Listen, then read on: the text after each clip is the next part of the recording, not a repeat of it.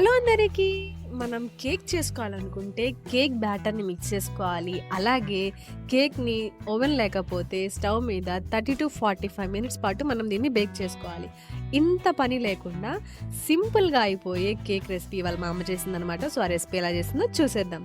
ముందుగా మనం ఫ్రెష్ క్రీమ్‌ని ఒక 4 బౌల్స్‌లో డివైడ్ చేసుకొని అందులో షుగర్ పౌడర్‌ని అండ్ మనకు నచ్చిన ఫుడ్ కలర్‌ని యాడ్ చేసుకొని కలుపుకోవాలి. ఆ తర్వాత ఒక ప్లేట్ తీసుకొని అందులో ఫస్ట్ లేయర్ క్రీమ్, బ్రెడ్ అలాగా మనకు నచ్చినన్ని లేయర్స్ వేసుకొని దీన్ని మనం సెట్ చేసుకోవాలి.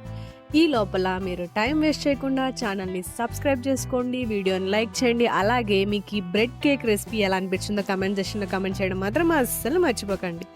ఇప్పుడు ఈ కేక్‌ని మనం సైడ్ వేఫల్స్‌తో కవర్ చేసుకొని పైన కొద్దిగా క్రీమ్ వేసుకొని మనకు నచ్చిన నట్స్‌తో గార్నిష్ చేసుకుంటే ఎంతో టేస్టీగా ఉండే బ్రెడ్ కేక్ రెసిపీ రెడీ.